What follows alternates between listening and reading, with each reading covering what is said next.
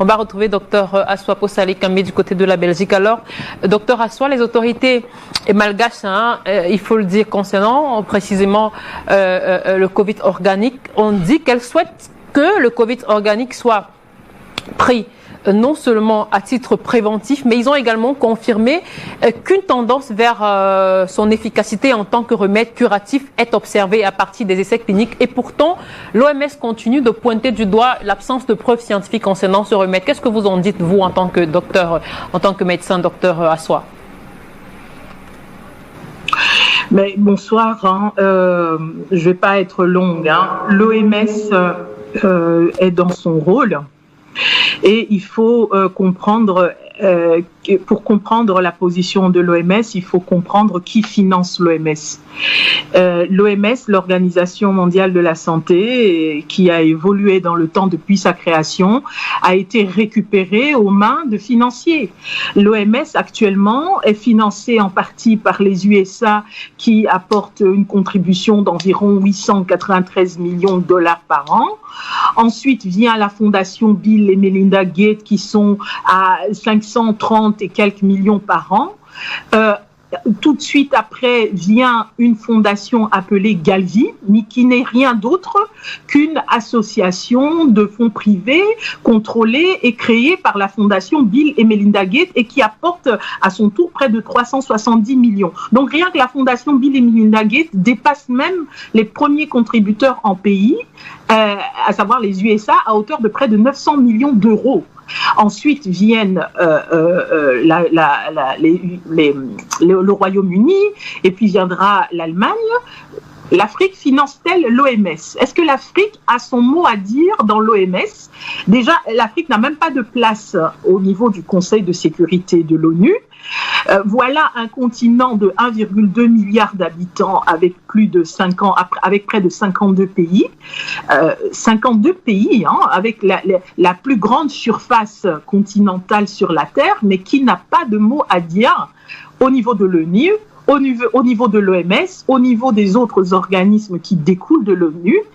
Et on s'étonne lorsque l'OMS donne son mot à dire en fonction des personnes qui la financent. Parce que les personnes, parce que là maintenant il s'agit de personnes, quand on parle de monsieur Bill Gates, Melinda Gates, Fondation Bill Gates, Melinda Gates, qu'on voit maintenant comme si ils sont devenus les ministres de la santé en Afrique, c'est quand même des personnes physiques derrière des entreprises, mais c'est quand même eux qui dictent avec l'ensemble, bien sûr, des financiers qui sont alliés avec eux, qui donnent le là. Donc, c'est une affaire de business maintenant. La santé devient une affaire de business. Bien entendu qu'il reste encore des gens de bonne volonté, des médecins, des scientifiques qui croient à l'origine, au mot d'ordre d'origine de l'OMS, à savoir vraiment apporter la santé dans tous les pays du monde de façon équitable, mais on oublie tout de suite que la main qui donne est au-dessus de celle qui reçoit et que la politique est guidée par l'économie. Donc la personne qui finance, c'est elle qui dicte l'économie.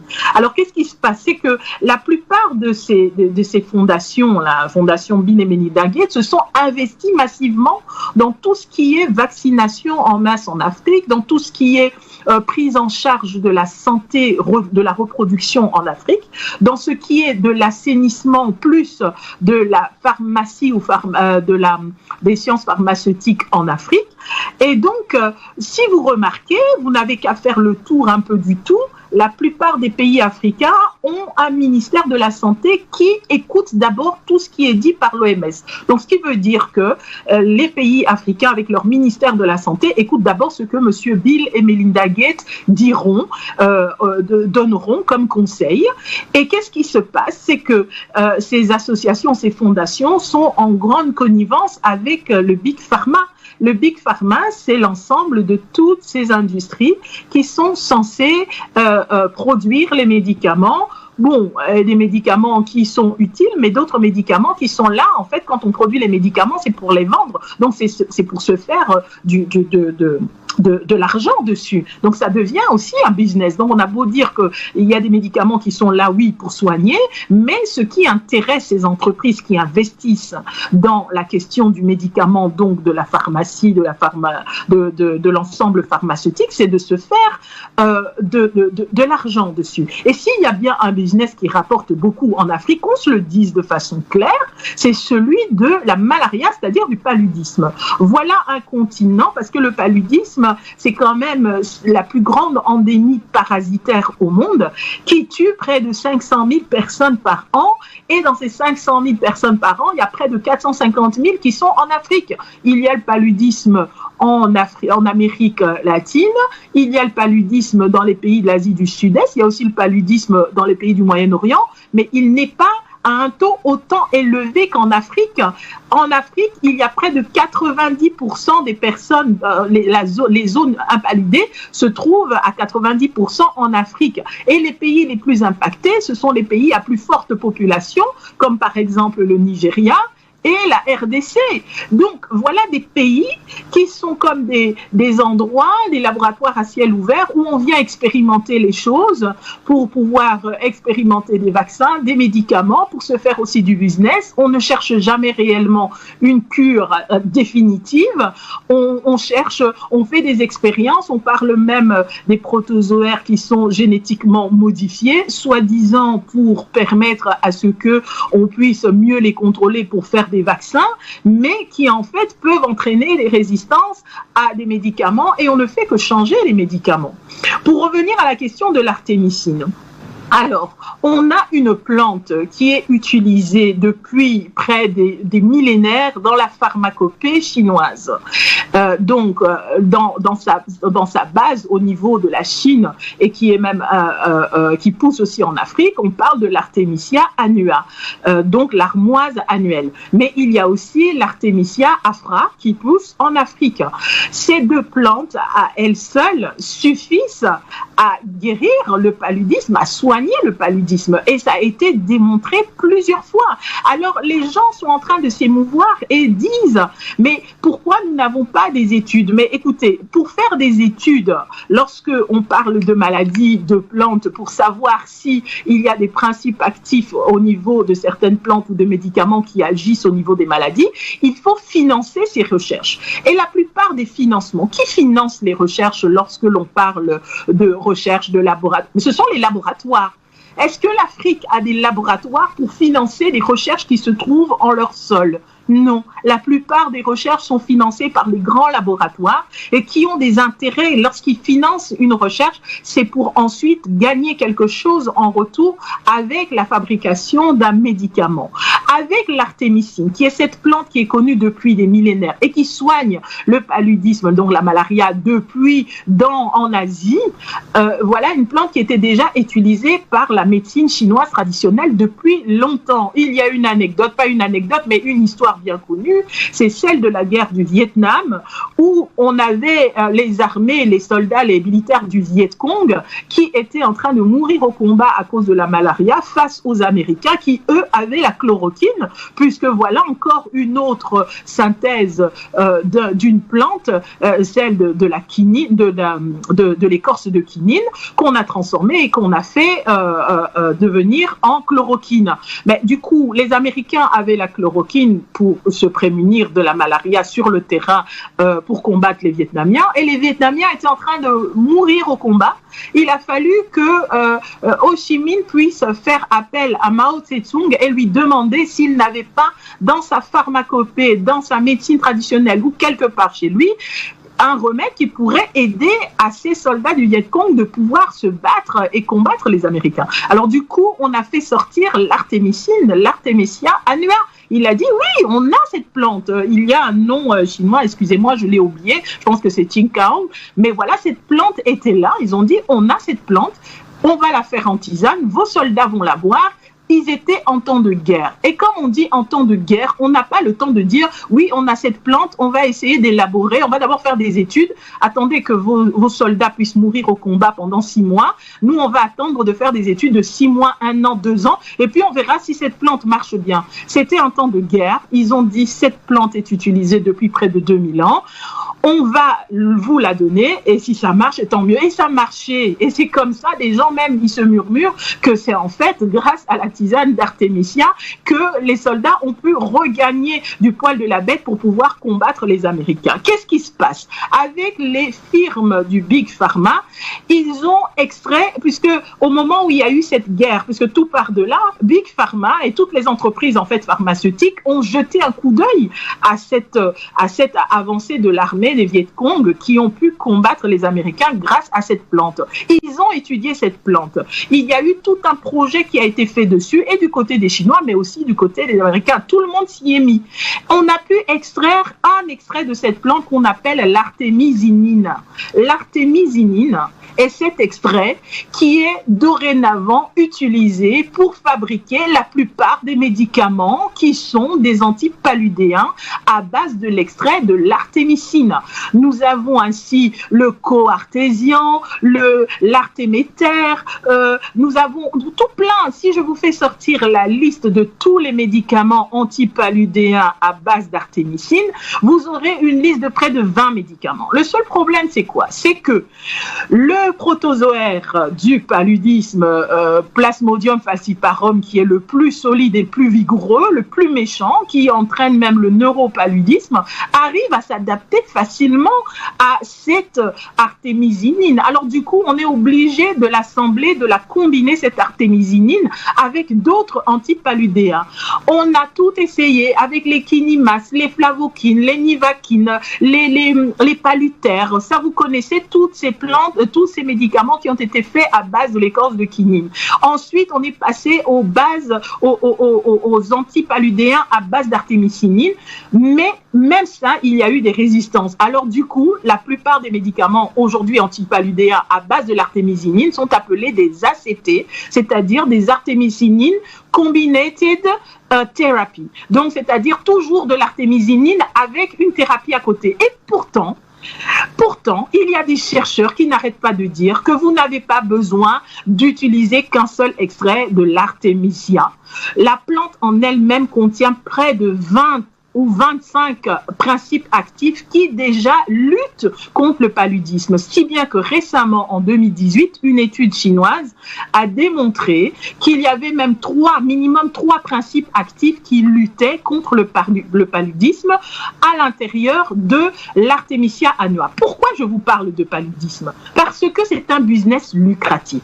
Aujourd'hui, autoriser un remède ou une décoction ou une tisane ou qu'est-ce que vous voulez, un traitement bref à base d'Artemisia, c'est pour l'OMS accepter le tort que cette plante doit être utilisée dans l'intérêt des Africains, alors qu'elle a été vivement interdite pour être utilisée au niveau du traitement du paludisme. Sachant très bien que cette plante pousse partout en Afrique. L'artémisine pousse au Sénégal, au Mali, au Togo, au Bénin, au Congo, à Madagascar. Madagascar étant le premier producteur en Afrique d'artémisine, Artemisia annua, tout comme Artemisia afra. Madagascar était à la base en fait le pays qui fournissait à Big Pharma la plupart de l'artémisia nécessaire pour extraire l'artémisinine et fabriquer les antipaludéens. Mais il est tout à fait normal que lorsque des études, parce que des études récentes ont déjà été faites avec l'Artemisia annua pour essayer de comprendre les traitements contre les coronavirus. Je vous avais dit dans une des émissions où vous m'aviez invité qu'en 2002-2003, il y avait déjà eu une épidémie des coronavirus, on l'appelait SRAS-CoV-1, parce que cette épidémie avait déjà fait beaucoup de malades et de morts. L'artémisine avait été utilisée comme un ensemble dans des décoctions chinoises pour traiter le SRAS au cours des années 2002-2003 et des rapports comment est-ce qu'on appelle, des démonstrations scientifiques, c'est-à-dire des publications ont été faites à ce niveau. La combinaison de l'artémisine avec des antibiotiques, avec des boosters d'immunité, avait permis à cette époque, en 2002-2003, de combattre le SRAS. Étant donné que le Covid-19 actuel a, c'est-à-dire le virus a une composante qui est à peu près similaire à celle qui a sévi en 2002-2003, ce que les scientifiques ont fait, c'est qu'ils ont repris ce qui avait été déjà publié en 2002-2003, à savoir les antipaludéens, avec des antibiotiques, avec des boosters d'immunité. Est-ce que ça marche pour le virus actuel? Et il y a des études. On parle par exemple de la lycorine, qui est une protéine au niveau de l'artémisia, qui jouerait un rôle similaire aux interférons. Les interférons qui sont des boosters d'immunité et qui sont là pour aider l'organisme à mieux combattre les virus. Mais qu'est-ce que les gens ont à s'exciter en fait, à dire nous interdisons, nous n'acceptons pas, nous déconsidérons, nous considérons que cela doit être interdit. Au nom de quoi un organisme qui en plus n'est même pas financé par les Africains interdit aux Africains d'expérimenter, parce qu'on est dans la phase d'expérimentation, d'expérimenter un traitement qui marche déjà pour certaines maladies, dont la plus mortelle en Afrique, à savoir le paludisme, et qui aurait déjà eu des preuves sur son efficacité au niveau de certains virus. Le gouvernement malgache a tout à fait le droit, au nom de la population malgache, en parlant dans sa langue en malgache, de dire à ces populations, nous allons tenter un remède. Si il marche, tant mieux. Jusqu'à présent, moi, je n'ai pas encore entendu qu'il y a des morts qui jonchent les rues, comme l'avait suggéré, comme l'avait rêvé une certaine Madame Melinda Gates, qui disait qu'elle avait rêvé, qu'elle était catastrophée, qu'elle avait rêvé qu'il y aurait des corps et des corps dans les rues africaines. Pour le moment, je n'ai pas encore entendu ça dans les rues malgaches. Donc, qu'on laisse les malgaches respirer, qu'on les laisse expérimenter cette solution qui est dans l'essentiel composée d'artémisine, mais aussi avec des huiles essentielles ou avec d'autres plantes ajoutées, mais dont le principe actif est l'artémisia. Accepter que l'artémisia aujourd'hui peut soigner le Covid-19, c'est quelque part cautionner que c'est un traitement et donc ça veut dire qu'on peut introduire l'artémisia dans la lutte anti-palu. C'est la chose que l'OMS ne veut absolument pas. C'est tout. André Waka, je vous retrouve.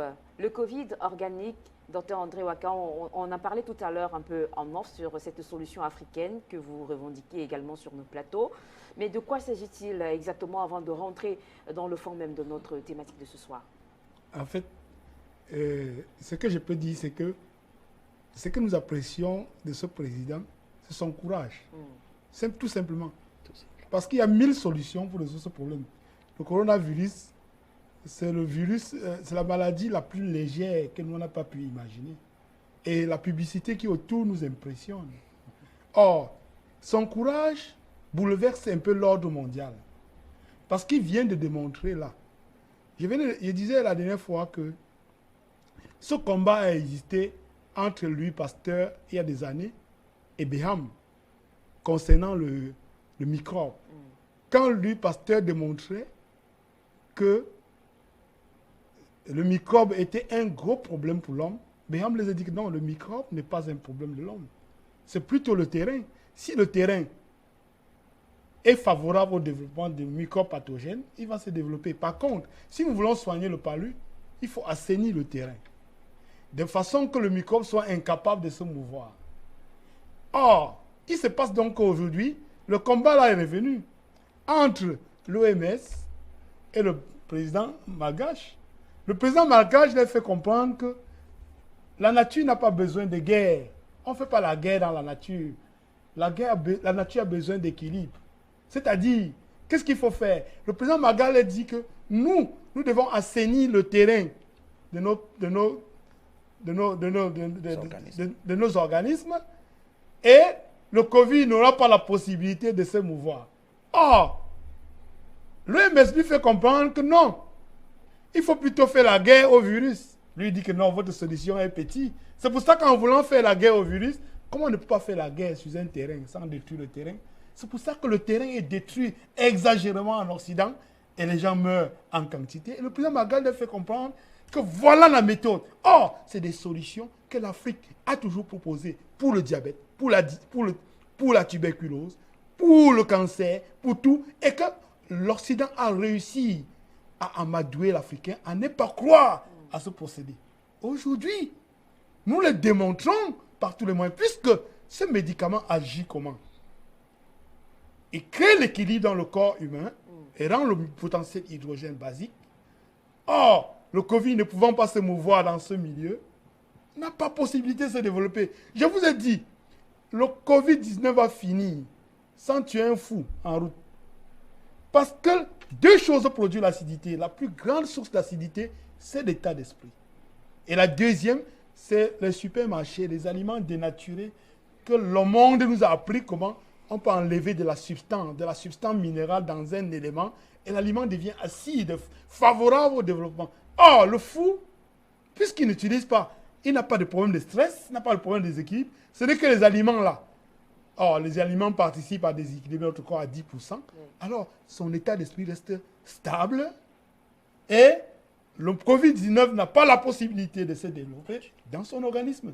Vous comprenez donc l'effet que l'OMS nous a annoncé au départ que c'était serait grave en Afrique, c'était un moyen de nous mettre dans la panique, dans la peur, pour que nous produisions de l'acidité pour rendre le terrain favorable au développement. Mais ils n'ont pas réussi.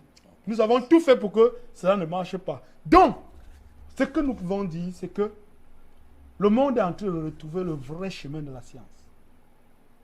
Une science qui résout les problèmes sans créer de dégâts. Et nous donnons chapeau au président malgache. Car il vient de mettre au sommet du monde la véritable forme de la connaissance. Merci, Dr André Ouaka. Je vous